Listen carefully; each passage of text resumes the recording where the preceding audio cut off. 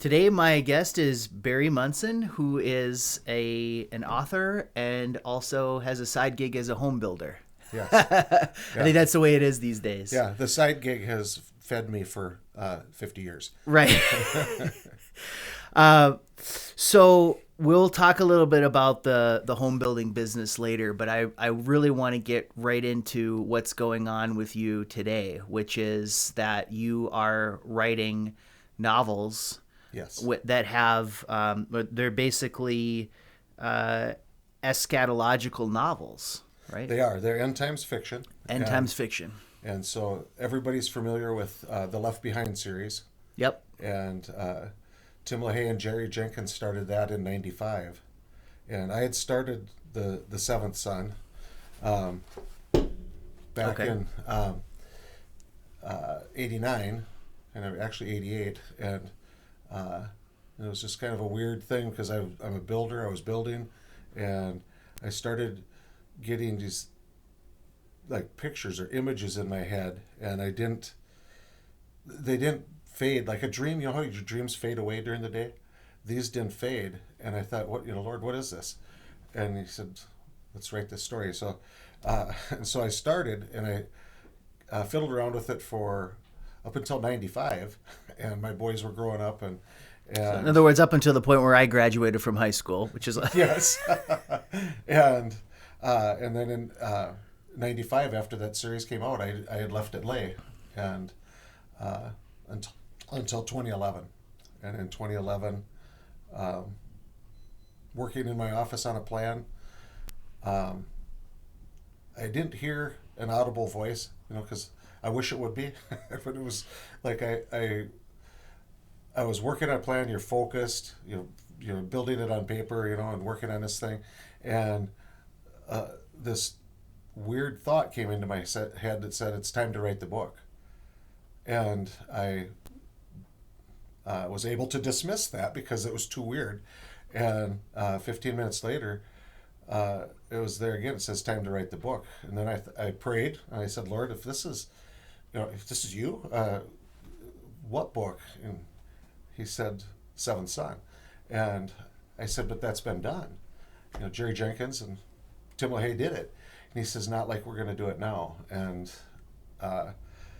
so in a rare moment of obedience, I started. And so it took a couple of years to do the first book and a lot of coaching. 2011 is when you yes. when you restarted. Yep. Yeah. 16 years later. When did you finish the Seventh Son? I guess it's the book one. Yes. Yeah. Book one is the Seventh Son, the Judgment Scroll, and I finished that one in 2013, and I think they got it edited and published in 14. And book two, the Seventh Son, they're all titled the same. In book two, The Beginning of Sorrows, the Red Book, came out in late 2015, and the third book came out last. It wasn't in print until about a month ago. All right, and so you're talking February 24. Yeah. And is this going to be a 3-part series, or is there a fourth book coming? I was writing it because I thought it was going to be a trilogy. And in my judgment, that's what I was headed towards. And I'm doing the fourth book now, Messiah, and that will complete through. So it's end times fiction. So I have a pre-trib, premillennial view. I know a lot of people. Well, yeah, maybe before we go there, because I do want to kind of get that basic framework in place. But just so as far as the fourth book is concerned, that's going to be coming out. Yeah, coming out. I'm working on that one. Okay. And then do you have any kind of like formal training in writing or anything like that? Or how did you, because I just reading through the first book there, I noticed that you have a really good grasp of the English language, writing and things like that. What kind of formal training do you have in the art of writing? I have no formal training in the art of writing, but I did have good coaches in Dr. Larry Kefauver, who's a best-selling author. He coached me. And Yep. He ghostwrites for the Smalley brothers, he ghost wrote all their family life ministry books, and he's a good writer. And then Maureen Hayner, Dr. Maureen, she is a creative person, and so she was coaching me. As she said, "What are you seeing here?" And I'm telling her the image, and she says, "Okay, you're not writing that. Try again." Yeah. and so it was back and forth a lot. So it was a process. It was a big process. And when I did book 2, Did you find it to be easier as you continue? yeah, I did. I was learning. They were good teachers. Yeah. So. Good. Okay. All right. Now I want to get back to what we're talking about. So you say it's end times fiction, and there's, sometimes people say 4, sometimes 5, 6, 7 different views of the end times, biblical views of the end times. Right. And that subject is referred to in theological terms as eschatology, which is kind of a study of last things. Study of last things, and it's I think the derivation of that word is Greek or something like that, and the eschaton are the last things, right? Yes. So we're talking about eschatology. Now, we could sit here all afternoon and talk about all the different views of the end times, but I think we should probably try to restrict ourselves to just yours. Now, and if I didn't believe mine was the right one, yes, I wouldn't have written from within those bounds. Yeah. Do you think that Christians can disagree on something like the end times and yet still remain in brotherhood? I think they should. Okay. When we read Ephesians, we're told we talk about unity in the body and not to be factious and divisive, and so the things that we can know, we know, right. And the things that we don't know, we have to be able to say we don't know. Yeah. But with that said, it's worthwhile to form our own views on things like end times. Well, and there's probably scriptural support for each person would come up with theirs. For me, Revelation 3:10, where the Lord is talking to the church at Philadelphia, who's been a faithful church, and He says, "Because you've kept my name, I'm going to keep you from the hour of tribulation that's going to come upon all the inhabitants of the earth." Okay. So. Yep. No, and just because, there are a lot of different eschatological passages, and we're not going to be able to go through all of them, obviously, because there's so many of them. But a lot of this is, let's just put it this way. You can't really have a view on eschatology without reference in some way, shape, or form to Revelation 20, right? And I would add to that Daniel 9, right? Okay, so those 2 passages are probably the most important or the most discussed eschatological passages that there are, right? I think that because the Lord is laying out that this is what it'll be like at the end of the age of man. Okay, so let's start with that. So, what is, in your view, when do these end times start? At least just in terms of coming up with sort of like a timeline or an idea. Like, where are we now on that timeline, and what's yet to come? Just in general biblical terms, under your view. Well, and if any of us knew, we would probably be in a different position than anybody's ever been in. But nobody knows. Nobody knows, right? But what we do know, that there's things that the Lord's told us that will happen, that will signal the beginning, the middle, and the end of the. Because in Daniel 9 we had there's 77s, so where we look at decades, sets of 10 years, the Lord looks at heptads, 7-year periods, and so there was 77s, 70 weeks of years. And 69 of those are all accounted for. And the 70th, we were told, would come at a later time. And the beginning of that time, when that week starts, that 7-year period, there will be this charismatic character on the world stage that will come forth and will sign a peace accord with Israel and say, "I will protect you guys for 7 years." And we know that starts the clock. and it's a Hebrew clock. And is that entirely from Daniel 9, or are you also pulling in some stuff from Revelation there too? Also from Revelation. Okay. Just go ahead. I'm sorry. I didn't. No. So that would signal the beginning. And so when that happens, when the world sees that happen, will the rapture happen right then, or will the rapture happen? What is the rapture? What is the rapture? The rapture is all people who have put their trust in Christ, recognized their own sin and their own inability to provide salvation for yourself, eternity for yourself. All of those, we'll call those true believers. All the true followers of Christ will be, in my view, will be taken out prior to the wrath coming down on the planet. And when you say taken out, what do you mean by that? Well, and Paul talks about it in Thessalonians, the harpazo, in the twinkling of an eye.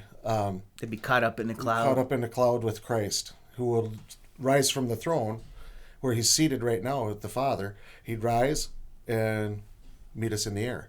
And so what's that look like? I don't know. But I have put my imagination to that in my storyline, and so you created a world where that's, you see it. So in your view, which by the way I believe we can call dispensational premillennialism. Is that? Yeah, and fair? So for the people who don't know, pre-trib means before the tribulation, the rapture will occur. So that's a pre-trib rapture. Yep. There's folks who would say it's mid-trib, it's right in the middle, and there's people who say post-trib, right? And it would happen at the end of the tribulation. And what is the tribulation? The tribulation is that last 7 years when Revelation unveils all these things will happen, and there'll be Jesus in the Godhead, God the Son, Jesus does the first the judgment seals. He opens them up. We know that because you can read it. He's opening the seals, and each of these seals on this scroll is a judgment, and we're told what the judgment is. Now we could have various opinions about what it means, but not that it's going to happen, because it's going to happen. And so Jesus does those. In the middle, the Holy Spirit does the trumpet judgments, and there's 7 of those. And at the end, the Father steps in and he does the bowl judgments. And so you'll see a progression in these judgments that they get worse and worse. And this all occurs during the tribulation. This all occurs from the time when the Antichrist, we'll call him that, the man of lawlessness, signs this peace accord with Israel, and so my storyline lays out not actually who this character is, but in my storyline, I create a character, Nuri Jelani, who is this character, and so there's a kind of a geopolitical thriller side with spies and stuff that are there, and so you're kind of walking through with the characters, and in our lives, the thing that captures us in the day is what's happening in this, in your room and where you're at, but in the background playing is this parallel with my storyline with the Bible, with Revelation, so that while you're with my characters, you can still hear that noise of what's actually going on in the world, also with the judgments unfurling, and so I endeavored to keep that accuracy there, so that I am parallel with what Scripture's revealing. Okay, so would it be fair to say then that in your novels, a lot of them are set during the Great Tribulation? They are. It starts in book 1, okay, just prior, and it will take book 4, the Messiah, Seventh Son Messiah, the White Book will take you to the end of the 7 years when Christ returns to planet Earth. And so that's a premillennial position. So premillennial, for those of you who don't have never heard that term, it just means that there will be a millennium, 1,000-year reign, Literal a 1,000. literal 1,000 years. And premillennial just means that Christ will return before the millennium and rule through. And there's people who would say it's, post millennial or whatever, or amillennial. There is no millennium. And Who, in terms of the raisings of the dead and things of that nature, right? There's the righteous dead to be raised, and then there's also like the Old Testament believers and tribulation saints and things like that. Do those all occur either before or after the tribulation, before or after the millennial reign of Christ? They occur before, at the point of the rapture, because at least at that point, what Paul said back in his day, if I die, I'm going to be with Christ. Well, where was Christ? Christ is at the right hand of the Father, and so he's in heaven. And so when Paul was saying, when I die, I'm in heaven. Mm-hmm. Before that, before the ransom had been paid by Christ on the cross, there was in Sheol, Which like is to say hell. Hell. In the end, there's a hell that's not that hell. So, and there's a lot of things that we just don't know. He said, in the belly of the earth. Well, okay, I don't know. So I don't know that. Yeah. But if he said that, then let's just say it was that. And but so everybody pre-Christ, the ransom being paid, is in Sheol, this hell. But there's a paradise component and there's a torment component. And when Jesus told the live story, the real story of two men that died in close proximity. One was a rich man, and there's one that was just a beggar who was crippled and begging for his existence. And they both die at the same time. They're both there, and the rich man is in this torment side, and he's saying, Father Abraham. You could see him over there, and he said, send our servant Lazarus over, because he recognized Lazarus. He said, send him over with water for me. And Abraham said, well, there's a big chasm between us that can't be crossed. I can't cross to you, you can't cross to me. And so he tells the story. You can read it in Luke 16. Yeah. But anyway, when Jesus left after the resurrection, he said he took captivity captive. And so I believe all those people that were waiting for the ransom to be paid have went with him and are in heaven. And I don't know, what does that look like? Yeah. For them there now. But it says that we all receive our resurrection bodies at the rapture. And so our flesh will be made different.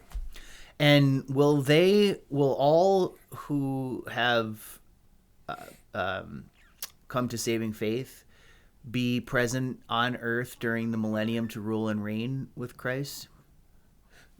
I think it's broadly understood that way. I would add to that the kingdom of God, we know the dimension as heaven. We say the third heaven. And so when we look up at the blue sky here today, that would be the first heaven. Second heaven is the cosmos, the stars. The third heaven is that dimension that we define as the realm where God is, and where his throne is. How about that? And so is that mine? It's okay. But anyway, so there's a lot of kingdom to rule, and I'm saying not just necessarily the earth, but the cosmos belong to him, and as we understand, they're forever in every direction. Yeah. Okay. And so. Okay, but just to kind of bring it back then to the timeline. So we've talked about this, that it kind of the end times start with the rapture and the raising of the righteous dead.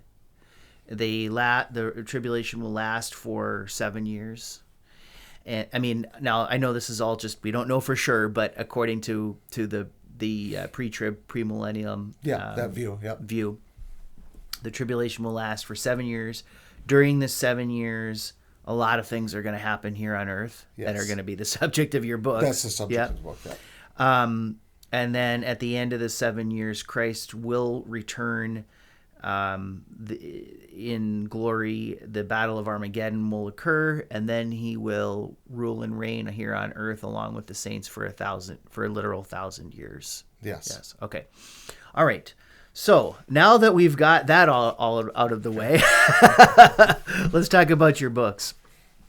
So you've already kind of touched on it, but what's the core story of the well, if it's going to be 4, it's a tetralogy, right, rather than a trilogy. Yes. But so just give me the core story of it. The core story just because I've got 7 storylines that are woven together, and so you're following my characters as they come to a place of faith, saving faith in Christ, and as they have to traverse that landscape of judgment that's happening on the earth. And as you look at a lot of it, you'll see things that were just man's barbarity against man in the first seals, the seal judgments. And but God is shaking the foundations of the earth. And so it's a difference that my book would be from the Left Behind series. They have a literal earthquake happen. But in my reading of that, it doesn't necessarily indicate a literal earthquake that just shook everything down.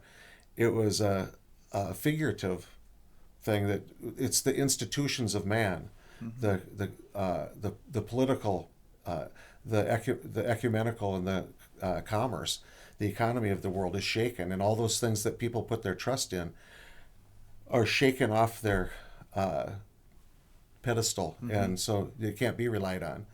And so I kind of approach it from a standpoint like that. And so you see some of that. So you see each of the judgments happening, but there's other events that are going on that are more immediate for my characters. And I have an angel storyline because angels have a story to tell. Okay. And well, so, if you want to grab it, yeah. Just click the sound off on it. Thank you. Sorry about that. Yeah, it's no problem. We all have cell phones. Yes. Most people know how to take care of them. So, the thank you. Well, as far as the storyline is concerned, you said there's several characters. Some of them are finding Christ. Some of them are just kind of going through this, and during this process, it's kind of fleshing out. Obviously nobody knows, but kind of giving an interpretation of what could happen, but also with reference to the landmarks that are coming from Scripture. Right? Correct. Yep. So, will readers identify in any way with the storyline in terms of, like, say, current matters, real life issues, challenges that are being faced today? Yes, because my characters are having to contend with what am I going to eat, and just all the issues of survival they would have to contend with, and so you see that in the storyline, but just all the issues that we wrestle with loneliness and insecurity and despair. So as you walk through with the characters, you'll recognize that you've experienced all those, and so you experience it, and you have empathy for these characters because you know. But then as the story unfolds, they learn how to handle that, and what is the answer to loneliness, what is the answer to despair. And I have the angel storyline because the angels have been around. In Job it tells us that the angels, the Lord called them together and said, "Come here, guys, and watch this." And he makes the cosmos, and here we got everything. And so you had nothing, and then there was everything. And so they praised him, and they're just like, wow. But they've been around a long time. And so a third of them decided to follow this charismatic cherub, Lucifer, and a third of them decided that we're going to follow him. And why would they do that? And so in my storyline, we explore that. Oh, And so we're looking at a new angel comes in, and she's got questions because she's brilliant and complete, but she doesn't know the past, and so she's got questions, and so she has things to learn, and she comes to a guardian, Parthos, who's guarding a character, and he's tasked with mentoring her and teaching her, answering her questions, and into that storyline comes Malchus, a fallen angel, and they've got a story because we all wonder, why did you guys do that? you're right. What a dumb move. Right. But so you hear Malchus's response, and you walk through that, and you think, you hear their story, and you hear the voices that are telling him to go back to Elohim, the Creator, and apologize, repent. And can an angel do that? Yeah, I was going to ask. That was a question I was going to say. It was the first question I was going to have is that are angels yet being created? God's creativity is endless, and so I don't know, but I think so. Yeah. So I don't know. So I think that's left to our imagination. But in my storyline, just to help paint a picture of the enormity of our God, He's created this new Elusha, this new angel, and while we were being raptured out, so rapturing us out seems like an overwhelming thing. That would be a big task, not for God. And so He's created this new angel with all her questions, and you get to kind of experience the creation. What was it like for an angel to be created? And so I prayed about it and asked, and this is for sure. So, Yeah, that's interesting. No, I don't know, but I create a scene where she's in her creation moment and what it was like. How much of this do you believe that you were, I mean, in divinely inspired, or versus like how much of this is you kind of just taking the scriptures and then using your gifts of creativity, coming up with a story that's in line with gospel truths or biblical truths, but is actually it's just me. It's a work of man. Yeah. And I mean, we would have to say this is definitely, it's the work of a man, but I believe that the Lord did inspire it, because I had a lady ask me yesterday. She said, "Tell me about the writing that you did before this book." I was going to say, have you ever been inspired to write anything else other than this? No. And she said, "I can't believe that." Yeah. And she's read through a couple of the books, and she said, I can't believe that. And she said, "But you're not going to tell me that it was divinely inspired." I said, "Well, I think all creativity comes from God." Right. And I believe that the abilities and the gifts that He gives us to employ those artistic thoughts, it all comes from Him. And so I will say that through all of the books, there's been a lot of, for me, being a Christian, I've been doing a lot of praying, and He's been faithful to give me these images, and then you think, how is this going to connect to this one? And so we start to write the storyline, and how far did you go in school? Just high school. Just high school. Where'd you graduate? Nevis. Okay, good. I'm a local boy. All right. Football state champion Nevis, right? And now they're making a run into the basketball tournament for the first time. So yeah, good for them. What kind of authors, or how much reading did you do before you became an author? And you mentioned the authors of the Left Behind series. Any other authors or books in particular that were? Fictional stuff. Yeah, I read all of Tom Clancy's stuff, which kind of probably uh, pro- provoked some of my geopolitical thriller line in mine with the spies Yeah. and stuff. Okay. Yeah. And then, and for like religious Christian writing, I've read just hundreds and hundreds of books. But Donald Barnhouse was a dispensational, premillennial, pre-trib Yeah. mentor to me, and he went home in 1960, I believe. Oh. But I've read all of his books, collected them, and read them, and been blessed by that. Have you always been an avid reader? I have. I was kind of a geek. Yeah. So When you were a kid and everything yeah, too? no, I mean, I love doing athletics and sports and hunting, but we didn't have video games, so I read. Imagine that. Do you think our youth today would be better served if they substituted books for video games? Oh, we all know that answer. So yes. Okay. How would you describe the spiritual value of the books to, I'm going to say first to believers and then to maybe even someone who's questioning or agnostic? Okay. To a believer, I think it's going to bring some unity in worldview, because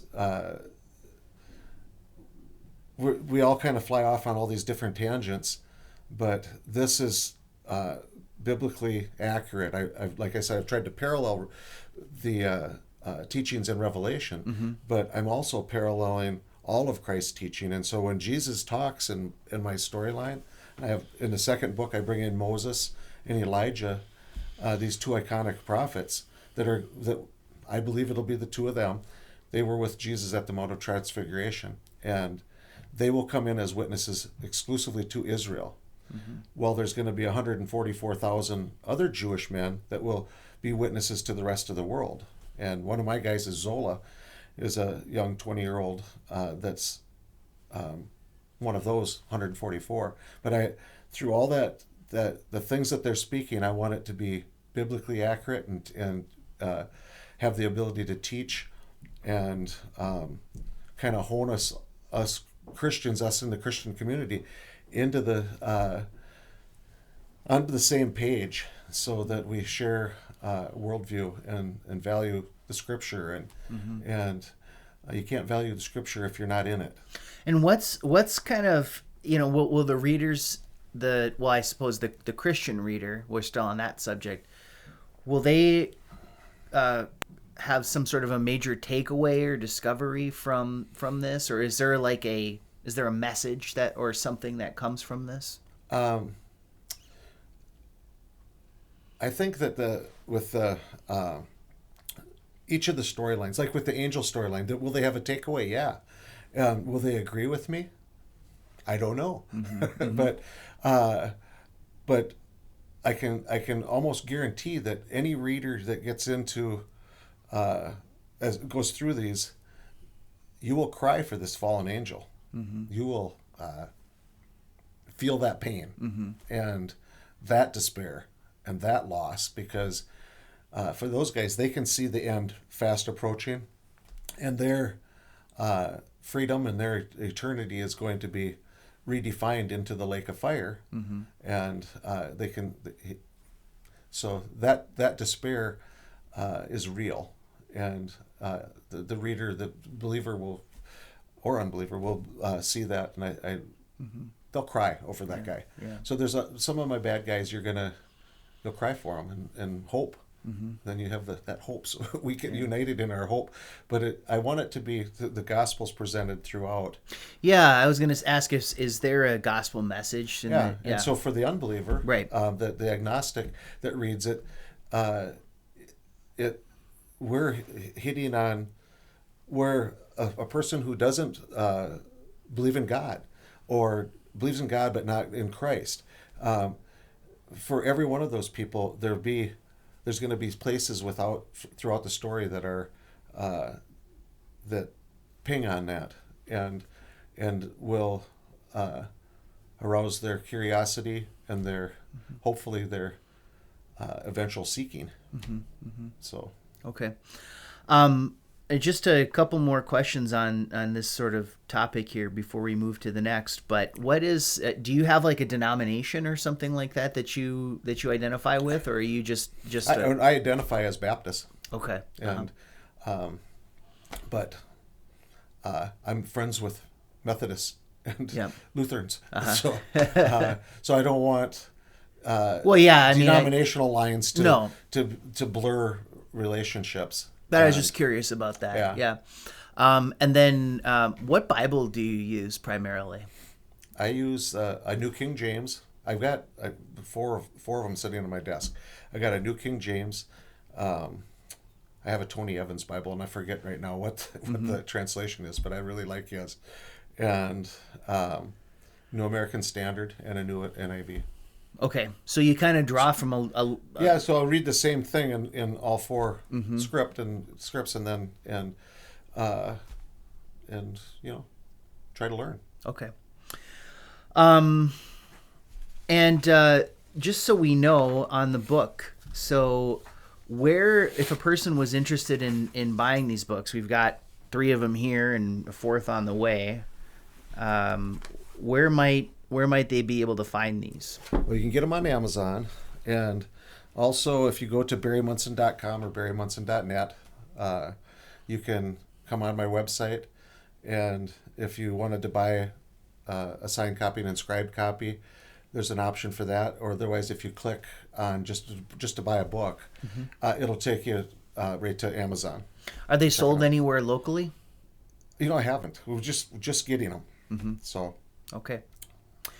All right. And so that's the 7th Son, and it's gonna be it's a trilogy now, but it's gonna be a tetralogy. yes. All right.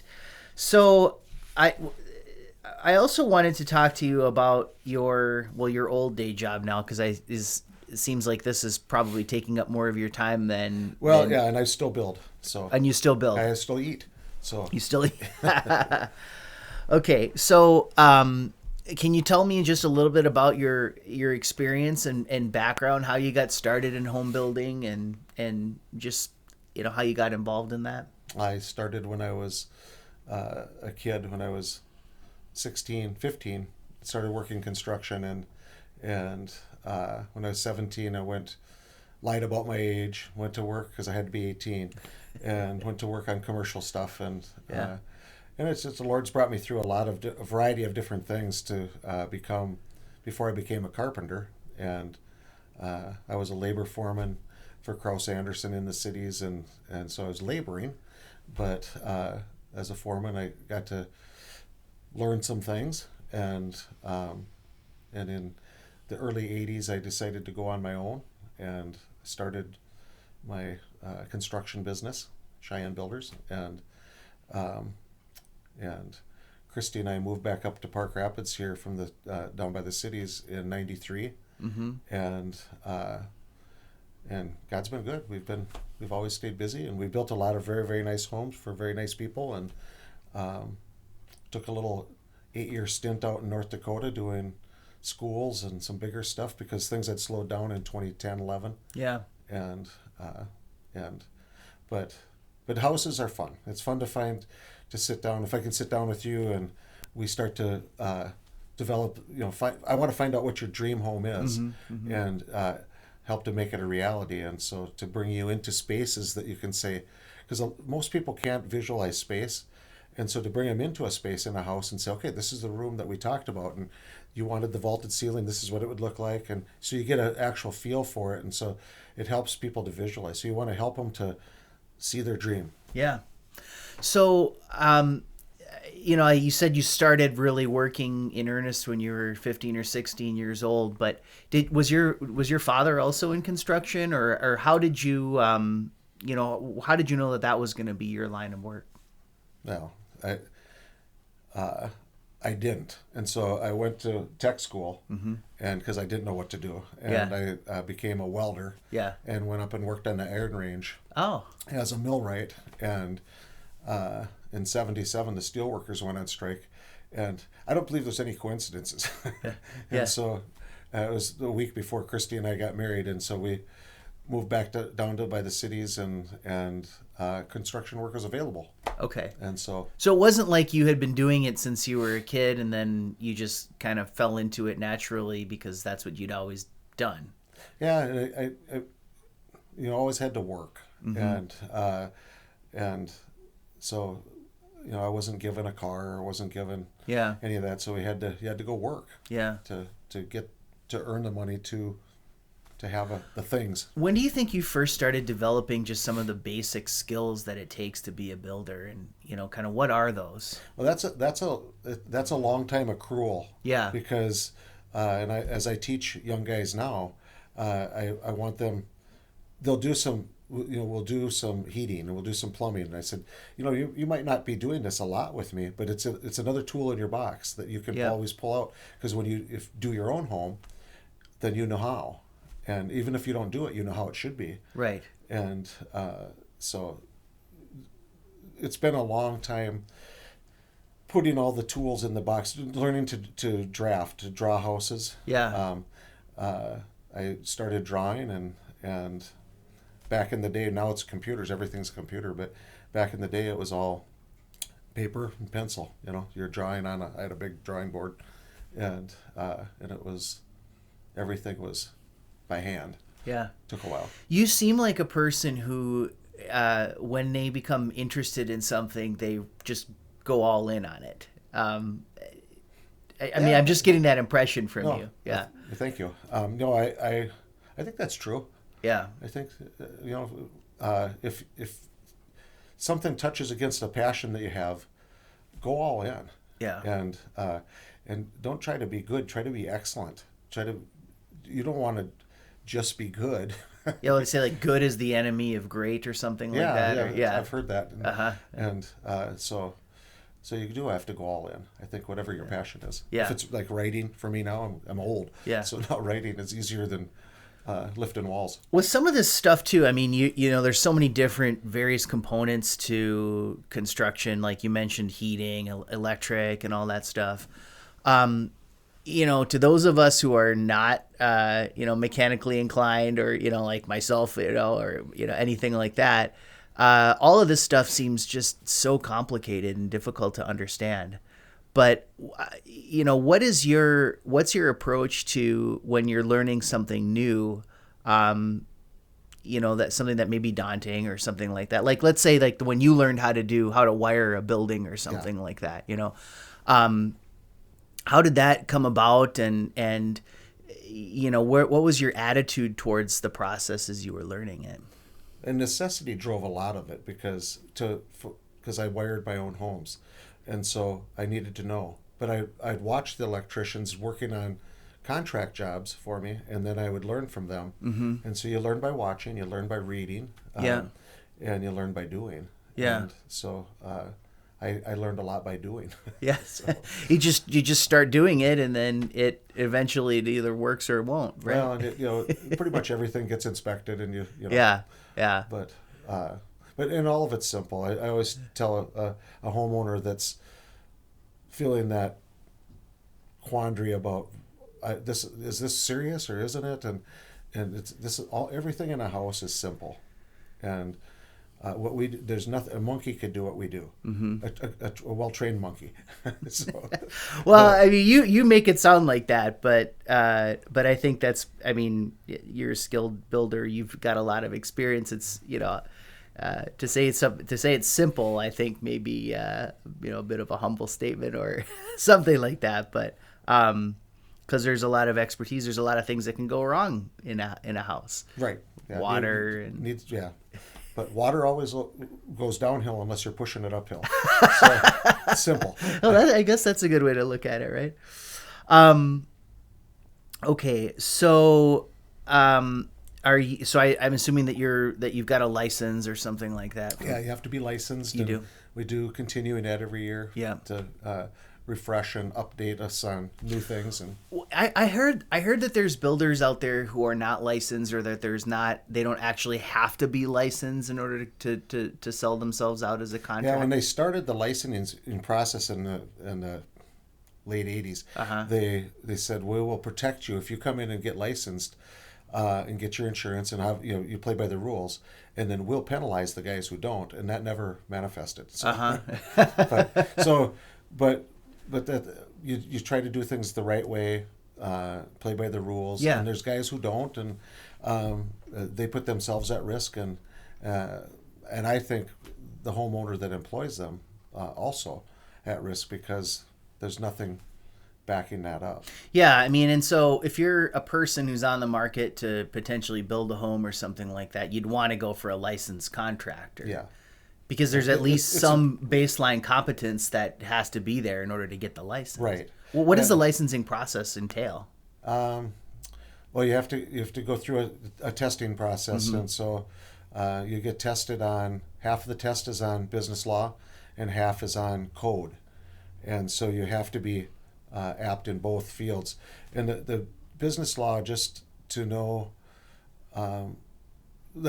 last year, an attorney came in and explained these are the things where I'm seeing suits against general contractors, and so you learn and you try to avoid. I don't want to do those things that would lead me to that kind of risk or that kind of. Yeah.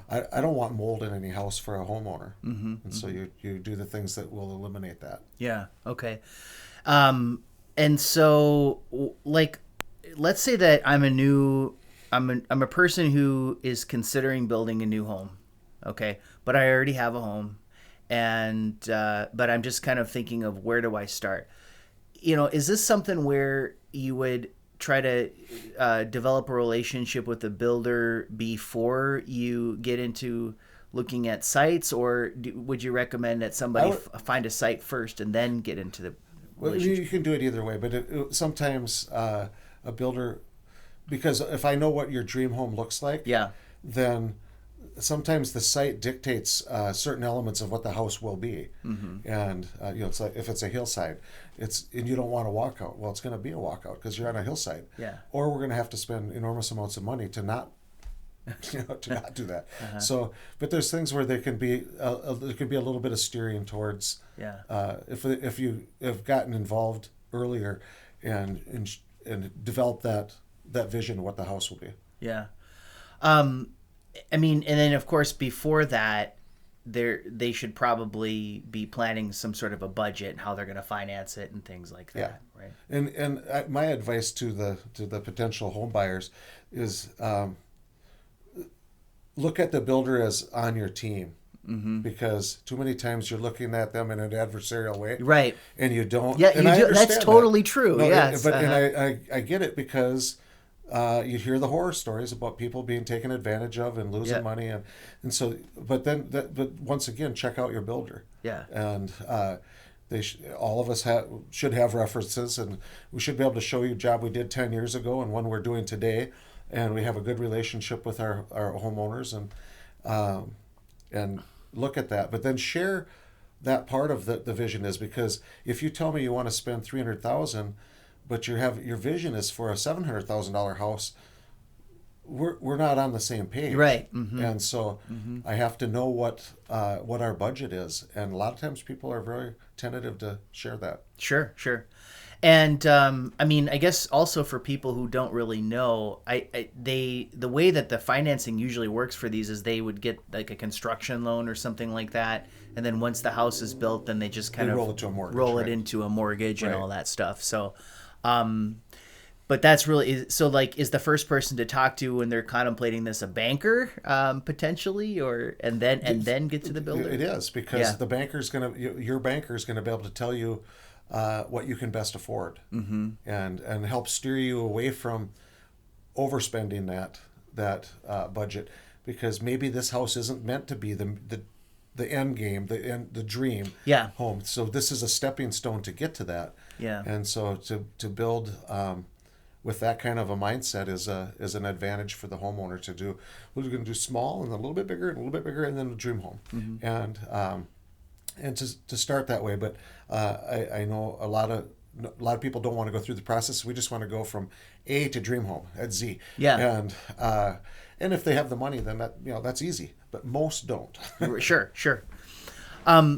Just, you've been doing this for so many years. what are some of the things that people really look for in a dream home? And then, like, have you been around? I'm sure you've been around long enough to know that there are certain things that people think that they want in the dream home that they really don't need, or later say to themselves, I kind of, I shouldn't have asked for that.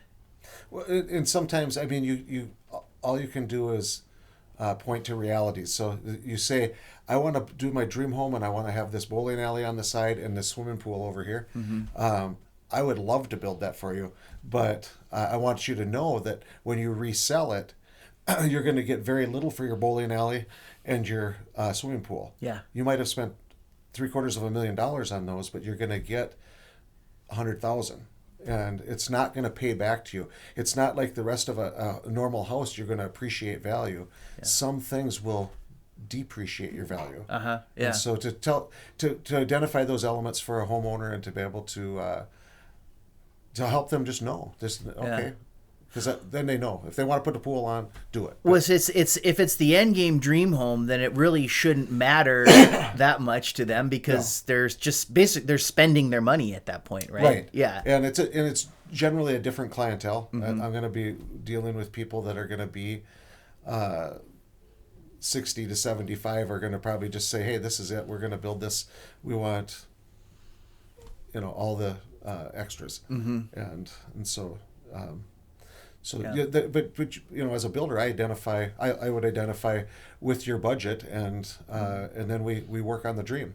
What are some common mistakes that that people could make when they're in this process, like the buyers or the build? Well, from the banking side, I would tell the homeowner, because you might come to me and say, hey, here, I want to build house A, but my brother's an electrician and my friend's a plumber, and we're going to come in and do all this stuff for free. So we don't even put it into budget. And that's unwise, because what we want to do is establish value with the bank. So I would bid all these things. And so everything's bid. And so we go to get our appraisal, and the banker says, okay, this house is worth $400,000. And how much do you want for your construction loan? Well, now we start to talk about those real numbers, because you're going to do these things, and I can help steer that. So for a consolation to the bank, so they know it's going to get done, and they like dealing with a builder rather than just a homeowner who hasn't done it. Right. But we've established a value, so then your loan to value ratios are going to be more accurate and true for you, and it's true for the bank. But if you go in and say, oh, I'm going to borrow this much, the bank's going to recognize that lesser value as the value of the home. And so you've lost some recognized equity. Yeah, just from making that simple mistake. Yeah, that's a simple mistake. Yeah. And it happens a lot. If a young person wanted to become the next Barry Munson, in just in terms of the construction, I love that guy. Yeah. So I'm blessed with an awesome crew, and they're great guys, and I want that for all of them. To be able to build, if they don't want the headache side, because I've lost everything 3 times, and so because I bid it wrong, and all of a sudden, I want to honor my contract, so I finish the contract and I borrow. And then it takes time to pay that off. Sure. And you start to build up again, and you screw up again, and then you borrow.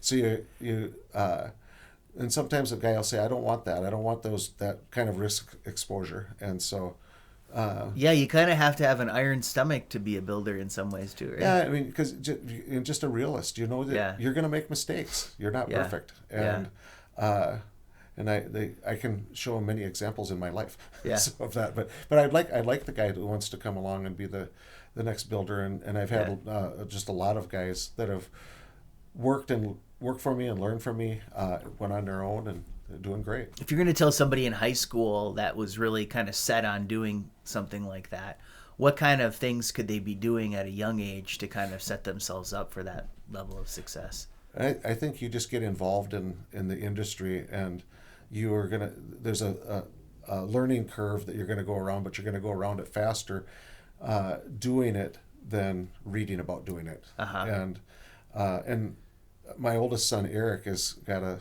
thriving big business, and Eric is he had said, Dad, would you be ashamed of me if I don't want to go to college? Mm-hmm. And I said, absolutely not. I said, what do you want to do? He said, I want to do this. I love this. Yeah. And he's a great builder, Mm-hmm. and he's always put excellence, that quality end product first, and takes really good care of his crew.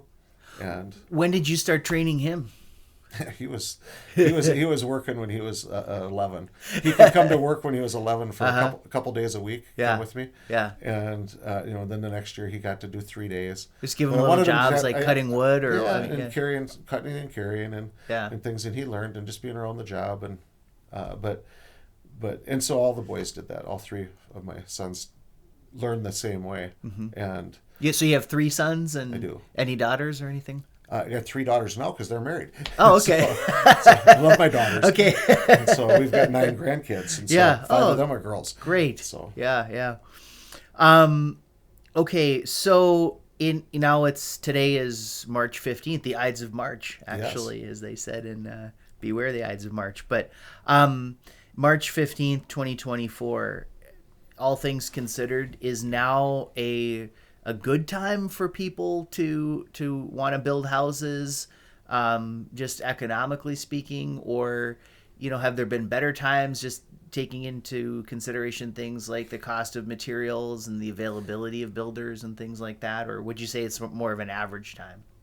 I think whatever, because it's such an individual decision, because each person has to understand what their budget is, and project into that budget whatever the house is going to cost. Yeah. And Christy and I, when we bought our first place, it was 18.5% in early 80s. Yeah. And was that a good time? Yeah. It was probably not a great time for Right. buying a house, Right.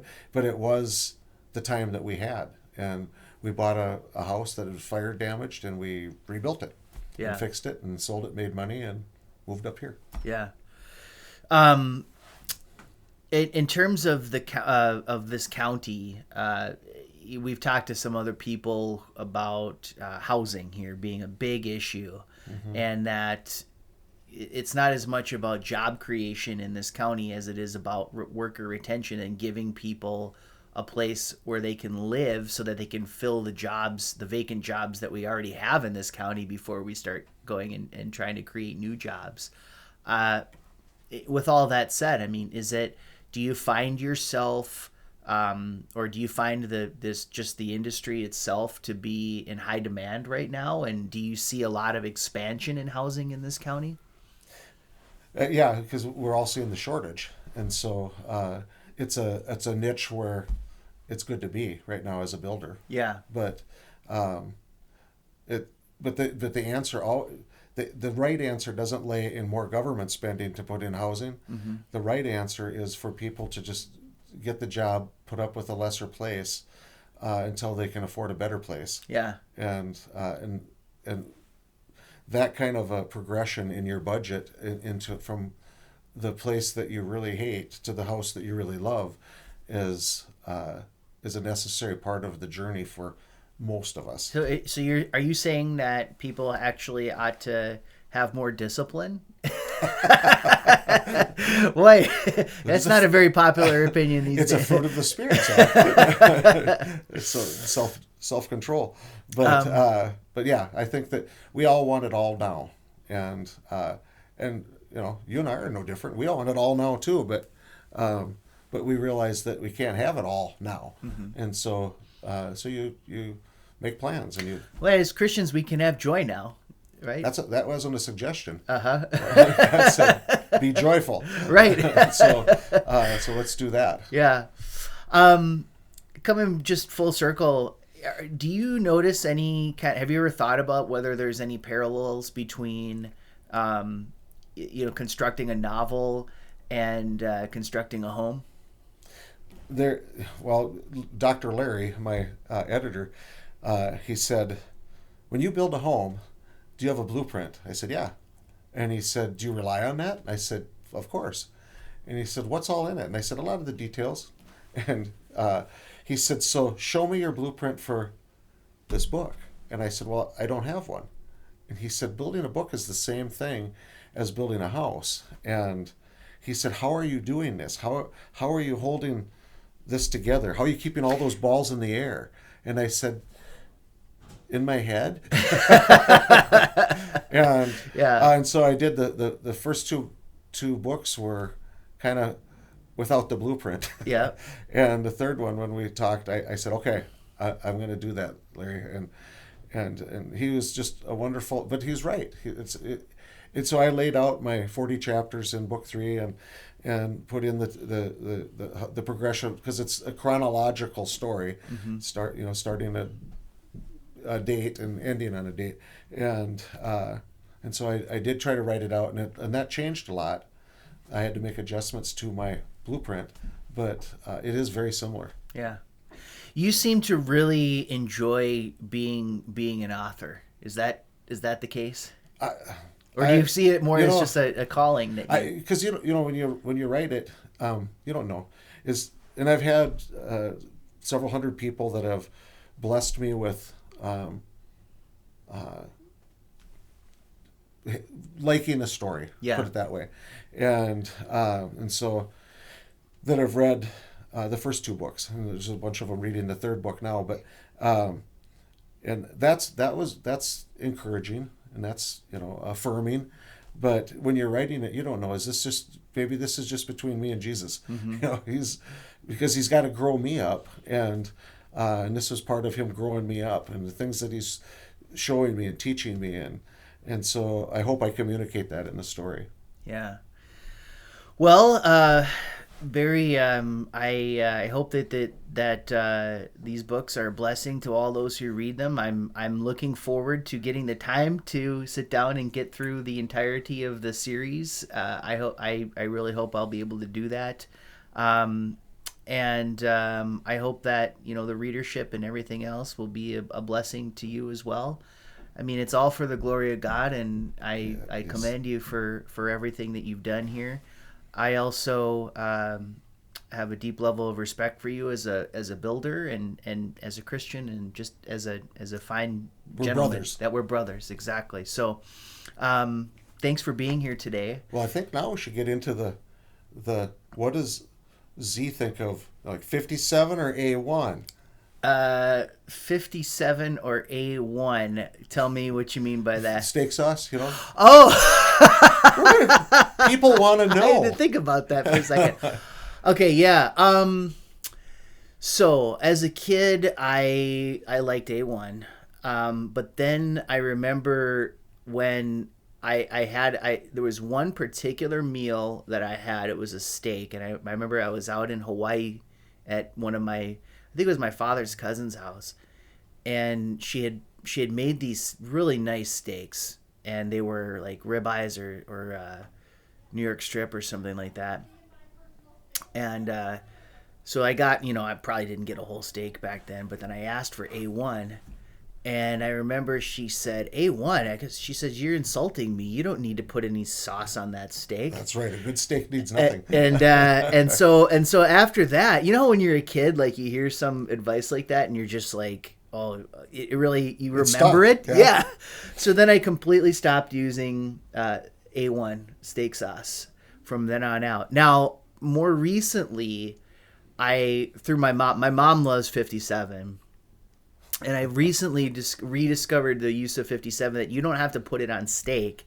57 you can use with just about anything, yeah. Chicken, or even have you ever tried it with pork chops? I think that's pretty good. It is. No, I'm there. And so you're not like, not that chicken and pork chops are, people may like those, but steak is, the king of the meats or whatever, so it's not necessary. But I'll put 57 on other things. Well, I think we can agree that we equate A1 with kind of an agnostic worldview. and 57 Yeah. with a more complete worldview. Yeah, I think so. Yeah, maybe that's right. I think right. 57 is more complete than 1, I suppose. Right? Yeah, yeah. Simple math. So Any other questions? I like that. there's a lot. You're the of first people guest wanna to ask know. me a question. So, I was like, okay, yeah, all right. I'll steak answer or that. seafood? Yeah. Well, I'm gonna say steak just because that's just my old tried and true. Although I will say that I do enjoy a good sushi dinner. You know, if you ever go to one of those Japanese restaurants where they make it like right in front of you and then they just serve it to you piece by piece. That is an experience that's amazing, and that's better than just kind of having a steak or something. I don't like that. think they'll have that in heaven. No No sushi in heaven. Yeah, probably not. Yeah, But, I don't know well, if there will be actually have a sushi will need go the way of broccoli. Will there be a need to eat at all in heaven? Well, will there be a want to eat? Yeah, I guess it's two ways. So of I don't know thinking that we'll about need it, but we may want it. We may want food. When I come over to your house, I'm going to think, hey, this is the ribeye house. Yeah. In 57. So, well, I've been on a seafood diet for a while, and which is I see food and I eat it. But anyway, so, yeah, me too. Yeah. So, well, I enjoyed talking with you, and Yeah. you're easy to talk to, and I'm sure people would like to know more about you. Yeah. Well, So I should come back and that's I'll a interview compliment. you. Oh, there you go. Yeah. Well, actually, we've got a plan for something like that, maybe in the future. But anyway, yeah, I'd love to have you back, Barry. Thank you so much for being here, and until the next time, we'll see you then. Thank you. Okay.